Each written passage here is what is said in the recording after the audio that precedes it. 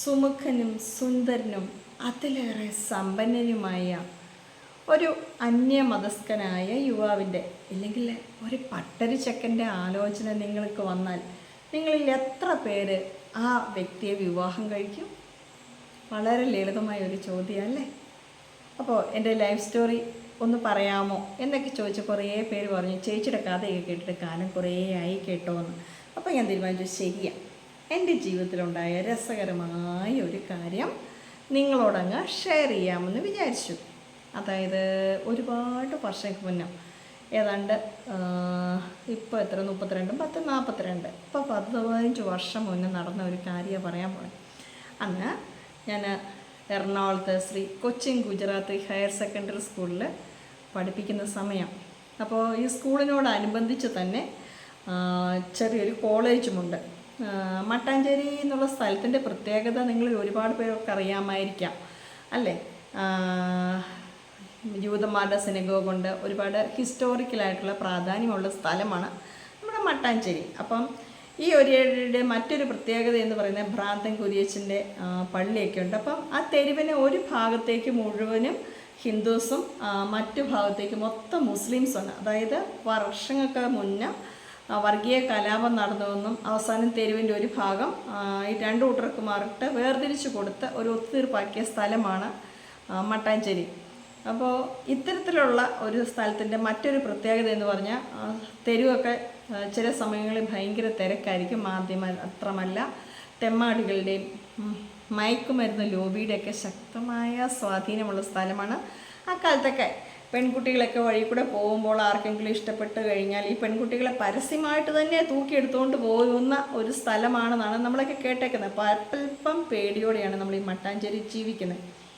അങ്ങനെ നമ്മൾ സ്കൂളിലേക്കൊക്കെ പോകുമ്പോൾ അന്ന് ഒത്തിരി വർഷം മുന്നേ, 10-15 വർഷം മുന്നേ, അപ്പം നമ്മൾ സാരി കൊടുത്ത് പോകുമ്പോൾ ഒരു കുഞ്ഞു ബാഗൊക്കെ ഉണ്ടാവുള്ളൂ. അപ്പോൾ ആളുകളുടെ ധാരണ ഞാൻ കോളേജിൽ പഠിക്കുന്ന ഒരു സ്റ്റുഡൻ്റാണ് എന്നാണ് ധരിച്ചിരുന്നത്. എൻ്റെ കൂട്ടത്തിൽ വേറൊരു ടീച്ചറും ഉണ്ട്, ജയലക്ഷ്മി എന്ന് പറയും. അപ്പോൾ ജയലക്ഷ്മി മട്ടാഞ്ചേരിക്കാരി തന്നെയാണ്. ഞാൻ ഈ പാലായിൽ നിന്ന് പോയിട്ട് അവിടെ ഹോസ്റ്റലിൽ താമസിക്കുക. അപ്പോൾ ഇത്തരത്തിലുള്ള ആളുകളുടെ ശല്യം ഉള്ളതുകൊണ്ടും മാത്രമല്ല സ്ട്രെയിറ്റ് ആയിട്ട് സ്കൂളിലോട്ട് പോകാൻ ഞങ്ങൾ താമസിക്കുന്ന സ്ഥലത്ത് നിന്ന് കുറച്ച് കൂടുതൽ ദൂരമുണ്ട്. അപ്പോൾ ഒരു ഷോർട്ട് കട്ടായിട്ട് എന്ന് പറഞ്ഞാൽ നമുക്കൊരു അമ്പലത്തിന്, കൃഷ്ണൻ്റെ അമ്പലമുണ്ട്. ആ കൃഷ്ണൻ്റെ അമ്പലത്തിലൂടെ പതുക്കി അങ്ങോട്ട് പോയാൽ നേരെ സ്കൂളിലേക്ക് എത്താം. അപ്പോൾ ഇത്തരക്കാരുടെ ശല്യമൊക്കെ കുറവാണ്. നമ്മുടെ കൂടുതൽ കുറേ നോട്ടം ഇട്ട ഒരു സെറ്റ് ആളുകളുണ്ട്. രാവിലെ പോകുമ്പോഴും വൈകിട്ട് പോകുമ്പോഴും ബുള്ളറ്റാണ് നടക്കുക. അപ്പോൾ സത്യത്തിൽ ചെന്ന് പെട്ടുപോയി ഒരു കൊല്ലം എങ്ങനെയെങ്കിലും ഒന്ന് കഴിച്ചിട്ട് വേണമല്ലോ ദൈവമേ മട്ടാഞ്ചേരി വിട്ടു പോരാൻ. കാരണം നമ്മൾ സർട്ടിഫിക്കറ്റ് അവർ വാങ്ങി വെച്ചിട്ടുണ്ട്. അപ്പോൾ എങ്ങനെയാലും അവിടുന്ന് വിട്ടു പോരണമെങ്കിൽ 1 ഇയർ കഴിയണം, ഇടയ്ക്കൊന്ന് പോരാൻ പറ്റില്ല. അങ്ങനത്തെ ഒരു പ്രശ്നത്തിൽ നിൽക്കുന്നതുകൊണ്ട് ഞാനിങ്ങനെ വളരെ കഷ്ടപ്പെട്ട് നിൽക്കുക. അപ്പോൾ എങ്ങനെയാണേലും വെച്ച് പിടിച്ച് സ്കൂളിലോട്ട് പോകുമ്പോൾ ഷോർട്ട് കട്ട് കണ്ട് നമ്മുടെ കൃഷ്ണൻ്റെ അമ്പലത്തിൽ കൂടി അങ്ങോട്ട് പോകാമെന്ന് വിചാരിച്ചു. അപ്പോൾ പതിവായിട്ട് ഞാൻ പോകുന്ന കൃഷ്ണൻ്റെ അമ്പലത്തിൽ പോകുമ്പോൾ എന്തായാലും ഒന്ന് തൊഴണമല്ലോ, പ്രാർത്ഥിച്ചിട്ട് ജയം ഞാനിവിടെ ഇങ്ങനെ ഒന്ന് പ്രാർത്ഥിച്ചിട്ട് പോകും. അപ്പോൾ ഞങ്ങൾ സ്കൂളിൽ പോകുന്ന തിരക്കിലാണ് കൃഷ്ണനെ ഒന്ന് പ്രാർത്ഥിച്ചിട്ടുണ്ട്. പക്ഷേ പതിവായിട്ട് അമ്പലത്തിൽ പോകുന്ന പെൺകുട്ടിയെ അവിടെ വന്നിരുന്ന ഒരമ്മച്ചി നോട്ട് വിട്ടു. നമുക്കറിയില്ല, അവരുടെ ധാരണ ഞാനെന്തോ ഹൈന്ദവ സമുദായത്തിൽപ്പെട്ട പെൺകുട്ടിയാണ് എന്ന് വിചാരിച്ച് എന്നെക്കുറിച്ച് ചരിത്രമൊക്കെ എടുത്തപ്പോൾ ഞാൻ അവിടെ ഒരു ഹോസ്റ്റലിൽ താമസിക്കുക. അപ്പോൾ പുള്ളിക്കാരി നൈസായിട്ട് വന്ന് ഹോസ്റ്റലിലെ വാർഡനോട് എന്നെക്കുറിച്ച് അന്വേഷിച്ചു. അപ്പം ഞാൻ ഇതൊന്നും അറിയുന്നില്ല. ഒരു സുപ്രഭാതത്തിൽ എന്നെ വാർഡനെ ഞാൻ സ്കൂളിലോട്ട് പോകാൻ റെഡിയായിട്ട് നിൽക്കുമ്പോൾ പറഞ്ഞു അവിടെ നിൽക്കാൻ പറഞ്ഞു. വളരെ ഗൗരവത്തിലെ ചോദ്യം ചെയ്യൽ. അപ്പം ഞങ്ങൾക്ക് കുക്കുണ്ട് ഒരു എൽസി ആൻറ്റി, എന്നെക്കുറിച്ച് അവർക്ക് നല്ല അഭിപ്രായം. അപ്പോൾ അതുകൊണ്ട് ഇവരെന്നെ പതിവില്ലാണ്ട് പിടിച്ച് നൈസ് ഇവിടെ നിൽക്കുക എന്നൊക്കെ പറഞ്ഞപ്പോൾ സത്യത്തിൽ ഞാൻ പേടിച്ചു പോയി. ഇതെന്നാണ് വലിയ ഗൗരവത്തിലുണ്ടോ? ഇന്നലെ എവിടെയാണ് പോയെന്ന് ചോദിച്ചു. ഞാൻ പറഞ്ഞു സ്കൂളിൽ പോയി. സ്കൂളിൽ മാത്രമാണോ പോയേ? ഞാൻ പറഞ്ഞു അതെ. എങ്ങനെ പോയി? ഞാൻ പറഞ്ഞു ജയയുടെ കൂട്ടത്തിൽ പോയി. ഏതിലേ പോയി? ഞാൻ പറഞ്ഞു.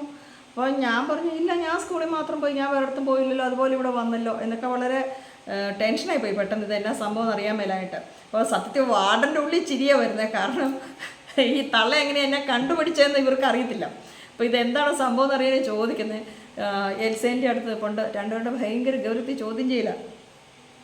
അപ്പോൾ ഞാൻ പറഞ്ഞു ജയയുടെ ഒപ്പം ഏത് വഴി കൂടെ പോണേ? അങ്ങനെ അപ്പോൾ ഞാൻ പറഞ്ഞു ഞങ്ങൾ എളുപ്പത്തിന് ഇങ്ങനെ ആൾക്കാരൊക്കെ ബുള്ളറ്റും കൂടെയൊക്കെ പുറകെ നടക്കുന്നുണ്ടല്ലോ, അപ്പം ഒരു ശല്യമൊന്നും വേണമെന്ന് വിചാരിച്ചു ഇവിടെ നിന്ന് പോയി നേരെ അതിലെ കൃഷ്ണൻ്റെ അമ്പലത്തിൽ കൂടെ എല്ലാ ദിവസവും പോകണേന്ന് പറഞ്ഞു.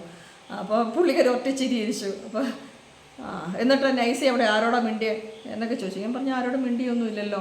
എന്നിട്ട് ഇവിടെ ആൾക്കാർ അന്വേഷിച്ചൊന്നും. ഞാൻ ഓർത്ത് കർത്താവ് ഇനി എന്നാ കൊല്ലാപ്പോൾ വരാൻ പോണേ എന്ന്. അന്നേരം പുള്ളിക്കാരി പറഞ്ഞ ചിരിച്ചോട് നൈസിക്ക് ഇവിടെ ഒരു കല്യാണാലോചന വന്നിട്ടുണ്ട്, ബാങ്ക് മാനേജർ ചെക്കൻ. നൈസി ആളെ അറിയോ? ഞാൻ പറഞ്ഞു ഇല്ല. ഇനി ആളെ അറിയത്തില്ലേ? ഇല്ല. അപ്പോൾ പറഞ്ഞു എന്നെങ്കിൽ നൈസിക്ക് ഒരു കല്യാണാലോചന വന്നിട്ടുണ്ട്, പട്ടരയക്കന ആ ചെക്കൻ്റെ അമ്മ ഇവിടെ വന്ന് അന്വേഷിച്ചിട്ടുണ്ട്, താല്പര്യമാണെങ്കിൽ പറയാൻ പറഞ്ഞു. അപ്പോൾ ഡീറ്റെയിലൊക്കെ ചോദിച്ചു. ബാങ്ക് മാനേജർ 2 ചെക്കന്മാരേ ഉള്ളൂ. പുള്ളിക്കാരിക്ക് ഭയങ്കര താല്പര്യം. പുള്ളിക്കാരി ഒരു ഹൈന്ദവ സ്ത്രീയാണ്. പറഞ്ഞു കുഴപ്പമൊന്നുമില്ല, അപ്പോൾ കുറച്ച് ആലോചിച്ചിട്ട് മറുപടി പറഞ്ഞാൽ മതി. അപ്പോൾ എന്നോട് ചോദിച്ചപ്പോൾ അവർ ഹിന്ദുവാന്ന് വിചാരിച്ച് നീ ചോദിച്ചേ. അപ്പോൾ പുള്ളിക്കാരി കുറേ ചിരിച്ചെന്ന് പറഞ്ഞിട്ട് പറഞ്ഞു നിങ്ങളുദ്ദേശിച്ചാലേ മിക്കവാറും ഇറച്ചിയൊക്കെ തിന്നുന്ന ഹിന്ദു കുട്ടിയാട്ടോ, പേടിക്കണ്ടെന്ന് പറഞ്ഞെന്ന് പറഞ്ഞു. അതെന്നാ ചോദിച്ചു. പറഞ്ഞു അവർ ക്രിസ്ത്യനാണ്, വേണമെങ്കിൽ ഞാനൊന്ന് ചോദിച്ചു നോക്കാം എന്ന് പറഞ്ഞിട്ട് പുള്ളിക്കാർ പറഞ്ഞു കുഴപ്പമൊന്നുമില്ല. അവരുടെ ഇടയിൽ ഇങ്ങനെ ഗൗഡ സാരസ്വത ബ്രാഹ്മൺസിൻ്റെ ഇടയിൽ പെണ്ണുങ്ങളെ വളരെ കുറവാണ്. അതുകൊണ്ട് ചെക്കന് ഇച്ചിരി പ്രായമായി, നൈസിക്ക് 32 ആയിട്ടോ, വേണമെങ്കിൽ ആലോചിച്ചോട്ടോ, കുഴപ്പമില്ല എന്ന് പറഞ്ഞു. അപ്പം ഞാനിങ്ങനെ ആലോചിച്ചു. വീട്ടിൽ വന്ന് പപ്പയോട് പറഞ്ഞു വേണമെങ്കിൽ കെട്ടിക്കോ, പ്രായമൊക്കെ ആയല്ലോ, നല്ല ബന്ധമാണ്, കുഴപ്പമൊന്നുമില്ല. അപ്പോൾ പക്ഷേ അവർക്കൊരു ഡിമാൻഡ് എൻ്റെ മുന്നിൽ വെച്ചു. ആ ഡിമാൻഡ് അല്ല ആവുന്നപ്പോൾ എനിക്ക് കൺഫ്യൂഷനായി. സംഭവം വെച്ച് കഴിഞ്ഞാൽ അവർക്ക് വേണമെങ്കിൽ മതമൊക്കെ മാറാം, ഹിന്ദുവൊക്കെയാണ്. പക്ഷേ ഒറ്റ പ്രശ്നമുള്ളൂ, ഇറച്ചി മീനും മുട്ടയൊന്നും കഴിക്കാൻ പറ്റത്തില്ല. ഞാൻ പറഞ്ഞു പുറത്ത് പോയാലും കഴിക്കാവോ?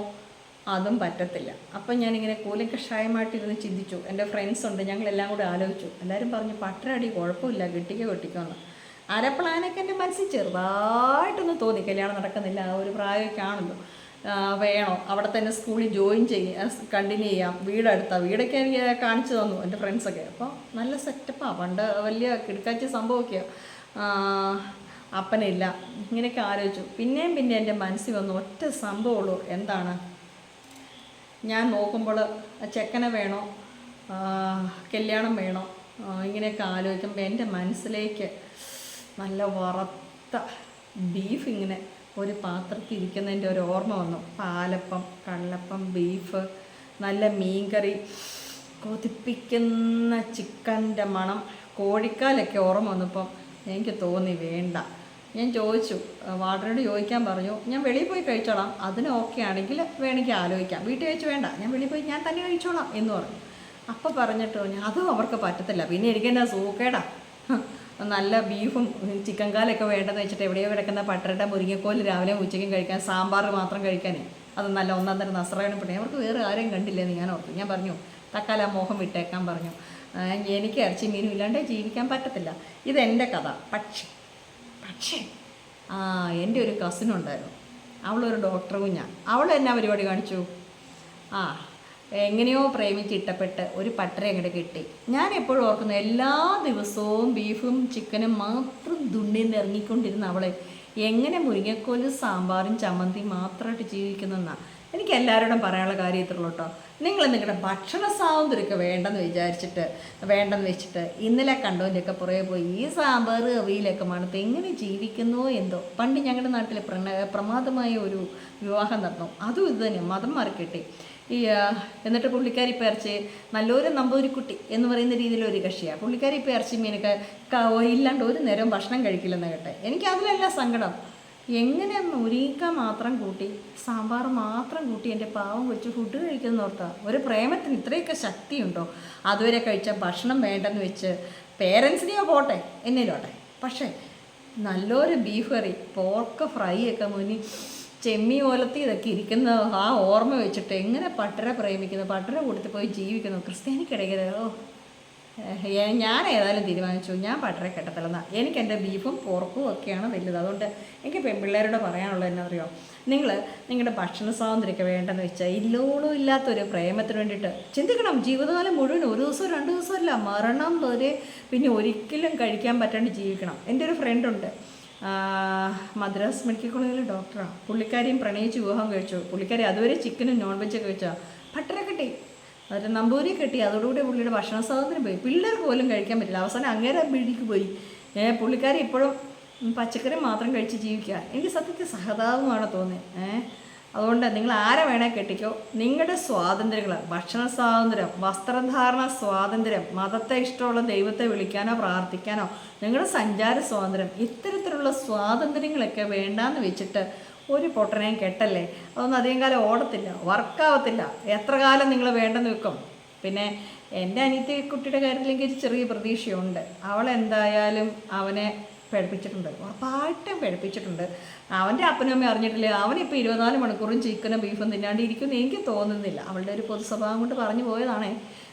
അതായത് അപ്പോൾ ഒന്നെങ്കിൽ നിങ്ങൾ ഇങ്ങോട്ട് മാറ്റിയെടുക്കുക, കഷ്ടം. എന്തായാലും പട്ടന്മാരായാലും കൊള്ളാം, പട്ടലിൽ പൊട്ടനില്ലെന്നാണ് പ്രമാണം, അത് വിചാരിച്ചിട്ടായിരിക്കും. പക്ഷേ എൻ്റെ പൊന്നു മക്കളെ, എൻ്റെ ലൈഫ് സ്റ്റോറി ഇങ്ങനെയൊക്കെയാണ്. എനിക്കിങ്ങനെ രസകരമായ ഒരുപാട് വിവാഹാലോചനകളൊക്കെ 4 പാടും വന്നിട്ടുണ്ട്. പണ്ടൊരു പൊട്ടൻ്റെ കഥ ഞാൻ പറഞ്ഞല്ലോ, ഒരു ചിമ്മൻ എന്നെ കെട്ടാൻ വന്ന കഥ, മസിലൊക്കെ പെരുപ്പിച്ചിട്ട് ചിമ്മ എന്ന് പറഞ്ഞു. അതുപോലെ മുരിങ്ങക്കോല് പാത്രം ചവച്ചരിച്ചിരിക്കുന്ന പാവപ്പെട്ടവൻ എന്നെ കെട്ടാൻ വന്നു. അയാളെ സത്യത്തിൽ നല്ലൊരു മനുഷ്യനായിരുന്നു. ഇടയ്ക്കിടയ്ക്ക് തോന്നും, ഇവന് ക്രിസ്ത്യാനിയായാലും എന്തായിരുന്നു കുഴപ്പം, ഇവന് ഇച്ചിരി ബീഫ് കഴിക്കാൻ അനുവാദം തന്നാൽ എന്തായിരുന്നു കുഴപ്പം, ആ തള്ളയ്ക്ക് എന്തോ കുഴപ്പമുണ്ട്. ആ തള്ളയില്ലായിരുന്നെങ്കിൽ പാവപ്പെട്ടവനെ ഞാൻ എങ്ങനെയെങ്കിലും വശത്താക്കി എടുത്തിട്ട് എങ്ങനെയാലും ഇച്ചിരി ബീഫ് ഒരു നേരം 2 ദിവസം നല്ല ചിക്കൻ കറിയൊക്കെ വെച്ച് മുന്നിലൊക്കെ വെച്ച് കൊടുത്താൽ പാവപ്പെട്ടവൻ വഴി മാറിപ്പോയാൽ എനിക്കറിയാം. സത്യമായിട്ട് നല്ല ഉറപ്പുണ്ടെങ്കിൽ നല്ല ആത്മവിശ്വാസമുണ്ട്. പക്ഷെ തള്ളയിരിക്കുമ്പോൾ നടപടിയാവില്ല. അതുപോലെ മലയാളത്തിൽ ഈ മണ്ടത്തരം കാണിച്ച ആരാന്നറിയോ, ആനി എന്ന് പറഞ്ഞൊരു നടി മാത്രമേ ഉള്ളൂ. പക്ഷേ പുള്ളിക്കാരി കുക്കിംഗ് ഷോ ഒക്കെ നടത്തി ഇഷ്ടം പോലെ ഞഞ്ഞം വെക്കുന്നുണ്ട്. ഇങ്ങനെയൊക്കെ കുറേ ഊളകൾ ഉണ്ട് മലയാളത്തിൽ, ഇല്ലെങ്കിൽ കേരളക്കരയിൽ. ഭക്ഷണവും വേണ്ടെന്ന് വെച്ചാൽ ഇട്ടുള്ളതെല്ലാം ഉപേക്ഷിച്ച് ചില പെണ്ണുങ്ങളുണ്ട്, നമ്മുടെ കാക്ക കുഞ്ഞുങ്ങളെ കെട്ടിയിട്ട് പോകും. അതുവരെ ചുരിദാർ വിട്ട് ലെഗിൻസ് വിട്ട് ബെർമുട ഇട്ട് നടന്നോളുമാരൊക്കെയാണ് പിറ്റേ ദിവസം മുതൽ വെറുതെ ഇട്ട് ഇങ്ങനെ നടക്കുന്നത്. എന്തൊരു കഷ്ടമാണ് എൻ്റെ ദൈവമേ നമ്മുടെ നാടിൻ്റെ ഒരു പോക്കി.